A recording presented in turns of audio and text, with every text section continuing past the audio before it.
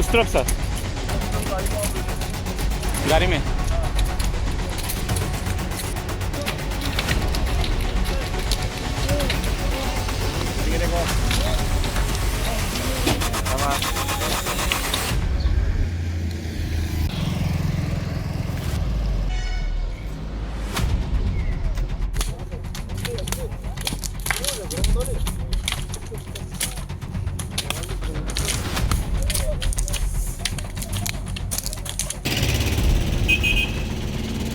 আজকেও কিছু গ্রামবাসী বাধা দেওয়ার চেষ্টা করেছিল, তো আমরা সেই বাধার বিপত্তিকা পেরিয়েই আমরা সফল অভিযান করেছি এবং আমাদের তরফ থেকে বাধা দেওয়ার সময় আমাদের তরফ থেকেও আমরা গ্যাস সেল ফায়ার করেছি।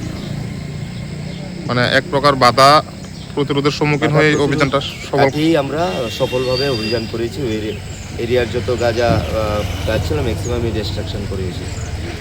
আজকে ভোর 5টা থেকে আমরা 7:45 অবধি উড়াবাড়ি বড় কাঁঠাল এরিয়াতে আমরা গাঞ্জা ডিস্ট্রাকশন অভিযানে গিয়েছিলাম। তো আমরা সেখানে প্রায় 50,000-এর উপর আমরা প্রায় ম্যাচিওর গাঞ্জা ট্রি ডেস্ট্রয় করেছি আমরা। তো এই ডিস্ট্রাকশনে আমাদের সাথে টিএসআর, ওমেন টিএসআর, সিআরপিএফ এবং আমাদের সিধাই পিএসের ওসি সাহেব, এসডিপিও সাহেব ছিল। তো আমরা রেগুলার বেসি এখন এটা কন্টিনিউ করব। গাঁজা বাগানের কোনো মালিক চাষি কাউকে চিহ্নিত করতে পেরেছেন? এটা নদীর পাড়ে পাড়ের জায়গা, ম্যাক্সিমামই আপনার খাসলেন।